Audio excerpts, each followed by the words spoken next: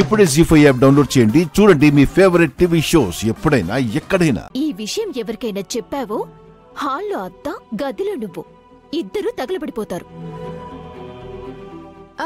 క్రాంతి క్రాంతి క్రాంతి, ఏంటి ఇది?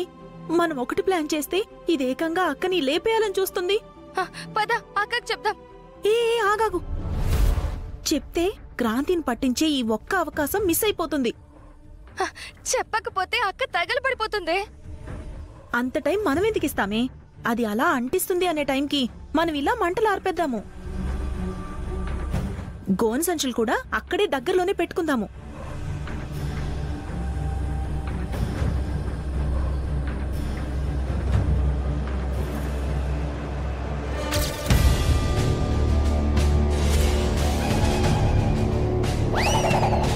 అది జరిగింది.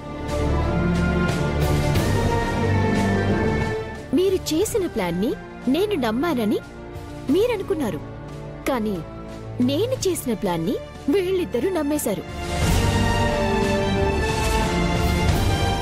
గోను సంచులు తీసుకొచ్చి మిమ్మల్ని బాధేశారు. నువ్వు మమ్మల్ని మోసం చేసినా మేం పెట్టిన ఫోన్లో వీడియో ఉంది.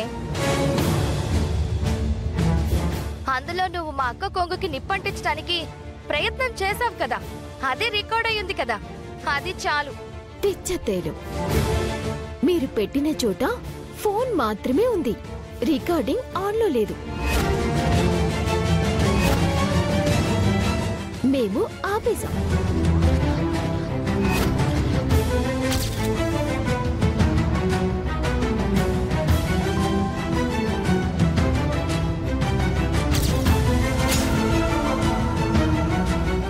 ఎందుకత్తయ్య నేనంటే అంత కోపం?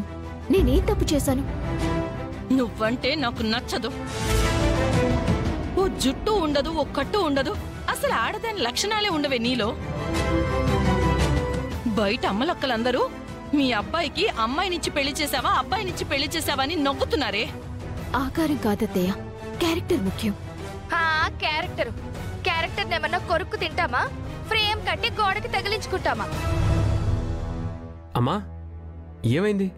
క్రాంతి నీ చీరకి నిప్పెట్టిందన్నారు, మళ్ళీ ఇక్కడికొచ్చి మాట్లాడుకుంటున్నారు.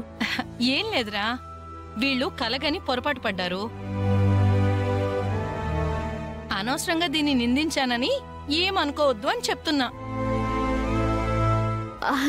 అవునండి, నాకు సారీ కూడా చెప్పారు.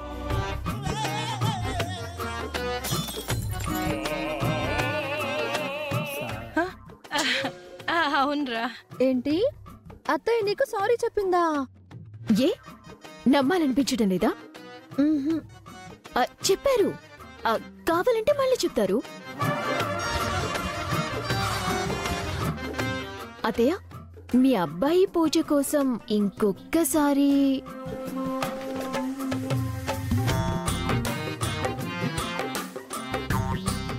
చెప్పండి.